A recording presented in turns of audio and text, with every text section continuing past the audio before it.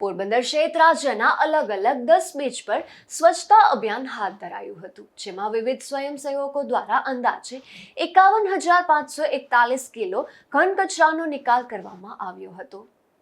દર વર્ષે ગુજરાત સહિત સમગ્ર વિશ્વમાં દરિયાકાંઠાને સ્વચ્છ અને કચરો મુક્ત રાખવા બાબતે જાગૃતિ લાવવાના હેતુ સાથે આંતરરાષ્ટ્રીય દરિયાઈ સ્વચ્છતા દિવસ ઉજવવામાં આવે છે, જેમાં દરિયા કિનારે આવેલા રાજ્યોમાં આ ઝુંબેશ દરિયાઈ જીવસૃષ્ટિ અને પર્યાવરણ તરફ વિશ્વનું ધ્યાન દોરી અને તેના સંરક્ષણ અને સંવર્ધનના માર્ગને વધુ પ્રશસ્ત બનાવે છે।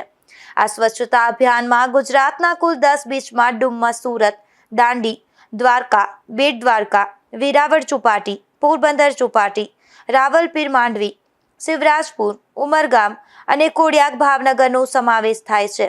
આ બીચ ખાતે વિવિધ સંસ્થાઓ તેમજ વિદ્યાર્થીઓ દ્વારા આ સફાઈ અભિયાન હાથ ધરવામાં આવ્યું હતું।